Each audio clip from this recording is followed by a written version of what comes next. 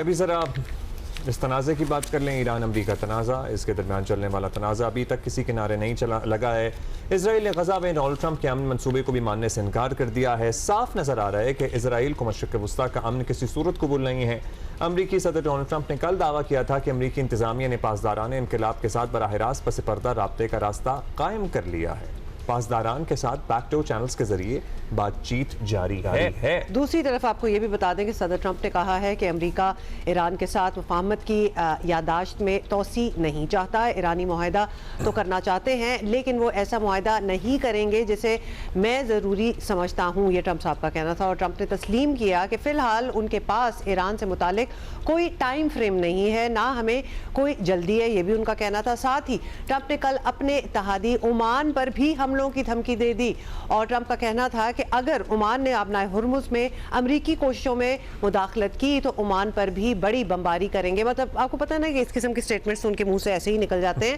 پوری دنیا اس بات کی منتظر ہے کہ کب امریکہ اور ایران کے درمیان جو ہیں وہ معاملات بہتر ہوں گے کہ ادھر اسرائیل اپنی فطرت کے مطابق علاقے میں امن کی کوششوں کو خراب کرنے میں لگا ہوا ہے. اس کا کام یہی ہے کہ تم لوگ باتیں کرو، میں نے جو کرنا ہے میں کر رہا ہوں. اسرائیل نے امریکی صدر ڈونلڈ ٹرمپ کا غزہ امن منصوبے مسترد کر دیا ہے اور صاف کہا ہے کہ وہ اسرائیلی فوجیں غزہ سے نکالنے کو تیار ہی نہیں ہے.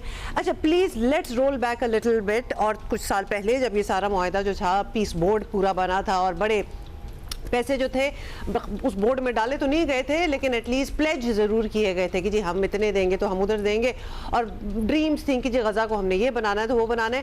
اس وقت بھی ہمیں شک تھا. And you remember we spoke about it کہ کچھ نہیں ہونے والا. مطلب اتنا I am sorry but lack of faith تھا ان ساری چیزوں میں، جلد بازی میں سب کچھ ہو رہا تھا کہ نظر آتے ہیں کیونکہ اسرائیل بدستور غزہ میں فلسطینیوں پر حملے جاری رکھے، اس کے بعد بھی یہ کبھی رکے ہی نہیں.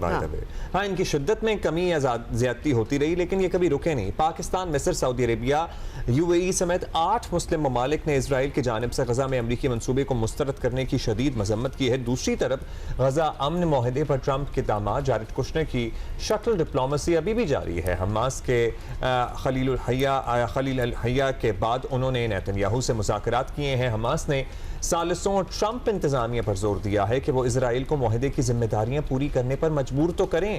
امریکی صدر کا کہنا ہے کہ حماس کے ساتھ مختلف چینلز کے ذریعے رابطے کیے جا رہے ہیں. ایسا لگ رہا ہے کہ اسرائیل کی کوشش ہے کہ دنیا کو غزہ میں الجھائے رکھا جائے تاکہ امریکہ اور ایران بھی کسی نتیجے پر نہیں پہنچ سکیں. اسرائیل کی یہ کوششیں ہیں کہ دنیا بس ایک دوسرے سے بھڑتی رہے، لڑتی رہے، آپ کو پتہ ہے الجھی رہے. ایک ڈیمانڈ اس سارے امن معاہدے کی یہ تھی کہ Hamas should give up their arms، پورا ملٹری ونگ جو ہے اپنا اس کو ڈسمینٹل کرے، and they offered to do that as well. ابھی کچھ مہینے پہلے کی بات ہے. مجھے لگتا ہے کہ حماس کی طرف سے بھی دیٹ واز جس کو کہتے ہیں اسٹریٹجی ٹو چیک کہ اسرائیل آنر کرے گا اپنی ڈیل یا نہیں کرے گا اگر ہم وہ سارا ملٹری ونگ اپنا ڈسمینٹل بھی کر دیں. اور انہوں نے کلیئرلی نہیں کیا کیونکہ انہوں نے تو نکلنا ہی نہیں ہے. انہوں نے کہہ دیا کچھ بھی کر لو ہم نہیں نکل رہے. So that is very concerning اور یہ آئی اوپنر ہے for the rest of the world جو امیدیں لگائے بیٹھے تھے. بات کرتے ہیں ڈاکٹر ملیحہ لودھی نے ہمیں جوائن کیا. ڈاکٹر صاحب شکریہ. ڈاکٹر صاحب ایران امریکہ والا معاملہ نہیں ہوا، اسرائیل نے غزہ امن پلان مسترد کر دیا. یہ تو نظر آ رہا ہے کہ اسرائیل خطے میں کسی قیمت پر امن نہیں چاہتا. اب کیوں نہیں چاہتا اس پہ ذرا آپ روشنی ڈالیے. بے امنی کیوں اسے سوٹ کرتی ہے؟ بے امنی رہی تو اسرائیل کا اپنا بھی کوئی نقصان نہیں ہوگا؟ نہیں. پہلے تو میرا خیال ہے ہمیں ایران اور امریکہ کے درمیان جو تناؤ ہے، کانفلکٹ ہے، اس کا تھوڑا سا جائزہ لینا چاہیے اور پھر میں اسرائیل اور غزہ کی طرف آؤں گی.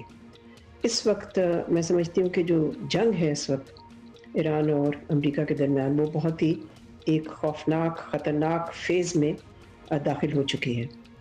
اور اس میں ہم یہ دیکھ رہے ہیں کہ ایک طرف سے صدر ٹرمپ بلکہ عمان کو بھی دھمکی دے دی انہوں نے کہ اگر عمان راستے میں آتا ہے، حالانکہ عمان ایک ایلا ہے امریکہ کا، تو وہ اس پہ بھی بمباری کریں گے. یہ صدر ٹرمپ کی لیٹسٹ دھمکی ہے. دوسری طرف سے ایران کی جو پوزیشن ہے وہ بہت ہی پہلے سے نسبتاً ہارڈن ہو رہی ہے اور اس کی وجہ یہ ہے کہ وہاں پر لگتا یہ ہے کہ ان کے جو آفیشلز ہیں ان میں کوئی اب اعتماد نہیں رہا کہ جو میمورینڈم آف انڈرسٹینڈنگ تھی امریکہ کے ساتھ نیگوشیٹ ہوئی تھی کہ امریکہ کبھی بھی سنگین نہیں تھا، کبھی بھی سیریس نہیں تھا اس پہ عمل کرنے کے لیے. اسرائیل نے جو پبلکلی ریجیکٹ کیا ہے 15 پوائنٹ روڈ میپ جو کہ صدر ٹرمپ کے بنائے ہوئے بورڈ آف پیس نے ایشو کیا تھا پچھلے مہینے. تو یہ تو پھر لگتا ہے کہ اسرائیل بھی کبھی سیریس نہیں تھا کہ وہ غازہ کے پیس پلان پہ کو امپلیمنٹ کرے, اور اس نے جتنے بھی ایکشنز لیے ہیں یہ ریجیکشن سے پہلے بھی, تو اس سے تو پھر یہ صاف نظر آتا ہے کہ اسرائیل امن نہیں چاہتا. ٹریجڈی. اچھا ڈاکٹر صاحبہ, اسرائیل کے اس رویے پر دنیا خاص طور پر اسلامی ممالک تو قطعی خوش نہیں ہے, لیکن اسرائیل پر دباؤ ڈالنے کے لیے کوئی اور راستہ بھی نظر نہیں آتا نا, سوائے اس کے کہ امریکہ کو ہی کہہ سکتے ہیں اور کہہ بھی رہے ہیں کہ امریکہ کچھ کرے تو کرے. سو کیا ہم یہ توقع ابھی بھی امریکہ سے ہی رکھیں یا ٹرمپ صاحب سے رکھیں کہ وہ پرابلی ذرا کنٹرول کر لیں گے, مینج کر لیں گے؟ ایک ہی ملک ہے جس کی اسرائیل سنتا ہے, ایک ہی ملک ہے جو کہ پریشر ڈال سکتا ہے اسرائیل پہ, اس لیے کہ اسرائیل کے معاشی اور جو فوجی اسسٹنس ہے جو امریکہ سے آتی ہے, اس کے بغیر اسرائیل کے لیے مشکل ہے کہ وہ اپنے افیئرز کو مینج کر سکے. لیکن امریکہ نے کبھی اس لیوریج کو استعمال نہیں کیا, بلکہ ہمیشہ انہوں نے ایک ون سائیڈڈ پوزیشن لی ہے, اور وہ بھی اسرائیل کی طرفداری میں. تو ہاں یہ صحیح ہے کہ مسلم اور عرب ممالک کی طرف سے اب تشویش بڑھتی جا رہی ہے کہ اسرائیل کے عزائم کیا ہیں, اسرائیل چاہتا کیا ہے, خاص طور پہ جب انہوں نے کہ غازہ کا جو امن کا پلان ہے اس کو مسترد کیا. تو یس, اس سے تشویش ضرور پائی جاتی ہے. لیکن دیکھیں مسلم دنیا نے بھی کیا کیا آخر, سوائے سٹیٹمنٹس دینے کے ان کے پاس جو لیوریج ہے وہ نہیں استعمال کیا. معاشی لیوریج ہے, اوور فلائٹس اسرائیل کی بند کرنے والی لیوریج بھی ہے کچھ عرب ممالک کے پاس. تو یہ تو سب نہیں ہوا. تو ایک طرف سے امریکہ جو ہے وہ پریشر ڈالنے کو تیار نہیں ہے لگتا ہے اسرائیل پہ, اور دوسری طرف میرا خیال ہے مایوس کن ہے عرب ملکوں کا, اور میں کہوں گی کہ مسلمان ملکوں کا بھی, کی جو کارکردگی ہے اس حوالے سے. اور آپ نے دیکھا ہے کہ اس پہ تو اب UN سیکیورٹی کاؤنسل تو بالکل ہی ریلیونٹ ہو گئی ہے. تو یہ تو بہت ہی افسوسناک سچویشن ہے جس سے کہ اسرائیل کو ایک فری پاس ملتا ہے کہ وہ جو چاہے کرے, اور وہ کر رہا ہے. چلیں ڈاکٹر صاحب اب ذرا آ جاتے ہیں, کیونکہ ایک طرف تو یہ سب کچھ چل ہی رہا ہے, دوسری جانب ایران اور امریکہ والا ایشو بھی ایک طرح سے ہم اس کو ایک ڈیڈ اینڈ ہی کہیں گے, کیونکہ آگے کوئی بات کوئی خاص ٹینجیبل طور پہ نظر نہیں آ رہی بڑھتے ہوئے. واشنگٹن پوسٹ کہتا ہے کہ گلف کنٹریز جو ہیں وہ امریکہ کے کردار سے مطمئن بھی نہیں ہیں, اور وہ سوچ رہے ہیں کہ خطے میں امریکی اڈوں کی ضرورت اب کیا رہ گئی ہے. تو دے آر ایکچولی کانٹمپلیٹنگ کہ وہ ان کی ضرورت ہے بھی کہ نہیں ہے. کیا امریکہ یہاں سے نکلنا افورڈ کر سکتا ہے؟ اول تو یہ کہ میں نہیں سمجھتی کہ کوئی بھی عرب یا خلیجی ملک چاہتا تھا کہ اسرائیل کے ساتھ مل کے امریکہ اس طرح سے جنگ مسلط کرے ایران پہ. ان کو پتہ تھا کہ اس کے نتائج ان کے لیے کتنے منفی ہوں گے, کتنے نیگیٹو ہوں گے, اور یہی ہوا. جیسے جیسے اسرائیل اور امریکہ نے حملہ کیا, ویسے ہی پھر جب جوابی کارروائی آئی ایران کی طرف سے, ریٹیلیٹری اٹیکس, تو ظاہر ہے انہوں نے ٹارگٹ کیا کیا, انہوں نے ٹارگٹ امریکن ایسٹس اور امریکن بیسز کو ٹارگٹ کیا جو ان گلف ریاستوں میں ہیں.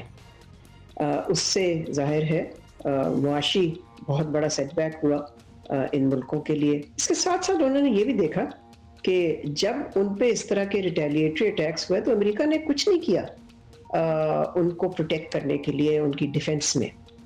تو اس سے پھر میں سمجھتی ہوں کہ جو اسٹریٹجک ڈائنامکس ہیں اس خطے کے وہ تبدیل ہوتے گئے, اور اسی وجہ سے ہم نے دیکھا کہ نئی نئی الائنسز یا نئی اگریمنٹس جو ہیں, ڈیفنس اگریمنٹس, وہ سائن ہوئی. سب سے لیٹسٹ تو آبویسلی پاکستان سعودی عربیہ اور ٹرکی کے درمیان ہے, اس سے پہلے پاکستان اور سعودی عربیہ کے درمیان.